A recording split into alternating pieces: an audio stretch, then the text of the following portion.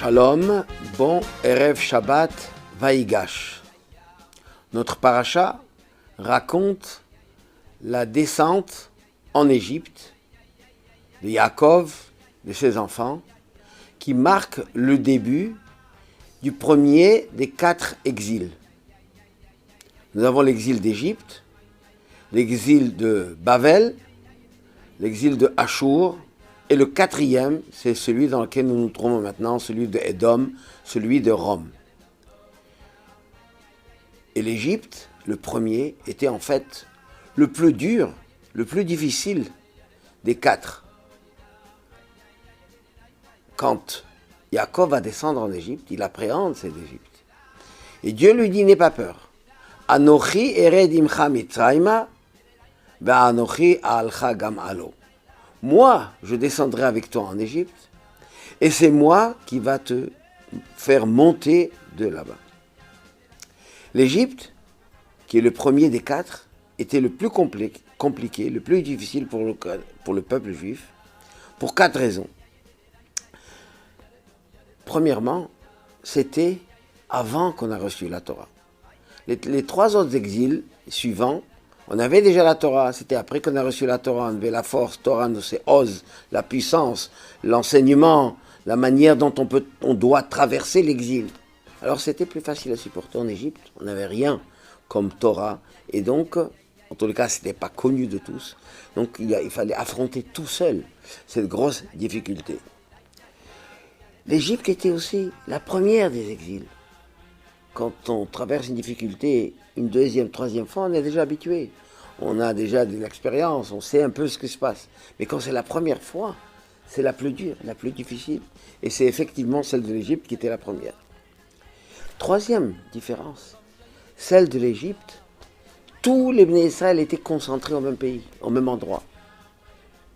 Un peu comme l'histoire de Purim, où Haman régnait, où Achashverosh régnait sur tous les pays.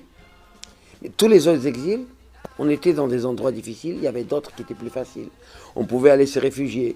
On a chassé les Juifs d'Espagne, on est allé au Portugal, on est allé en Hollande, on est allé en Turquie. Il y avait où aller, il y avait où partir. En Égypte, il n'y avait nulle part. On était tous concentrés au même endroit, soumis à l'autorité égyptienne. Et finalement, la 4e différence, c'était le pays lui-même. L'Égypte était tel pays, disent nos sages, que jamais un esclave a pu se sauver. C'était fermé, complètement hermétique. On ne pouvait pas espérer même s'échapper. Mais de l'autre côté, cette difficulté marquait un avantage. Car toutes ces épreuves et ces difficultés nous permettent d'être plus forts et plus grands et se renforcer. Comme un barrage dans un fleuve. Quand il y a une rivière ou un fleuve, on veut arrêter l'eau, on met un barrage. Mais une fois que l'eau s'accumule, elle est arrêtée par ce barrage, eh elle pousse, elle le détruit, elle va avec encore plus grande force. Les barrages d'électricité sont faits pour ça, pour ne pas céder, mais l'idée c'est que cette force de l'eau va produire de l'électricité, ou le barrage va faire sauter la barrière. Et dans notre exil, actuellement, le dernier, dont nous sommes à la fin, comme le rabbi l'a annoncé, les difficultés que nous rencontrons, en fait, c'est pour faire briser, pour ouvrir ces obstacles, ouvrir cette eau qui va couler, qui va avancer, qui va inonder le monde positivement.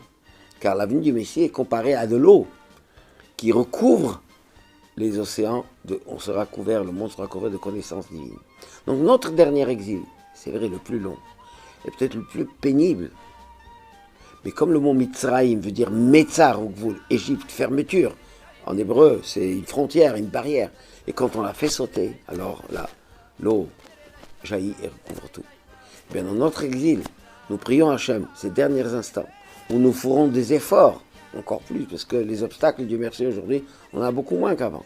Parce que là, maintenant, on est dans la période où le barrage a sauté, où on a les moyens d'agrandir, de diffuser, de faire connaître la Torah, comme on vient de Hanouka. Vous pouvez le faire des allumages publics, des choses extraordinaires se font dans le monde, surtout par des moyens de communication comme celui-là. Alors que Dieu nous donne qu'on a le shalom, la paix, Mashiach maintenant, et on aura un Shabbat, shalom ou mevorach.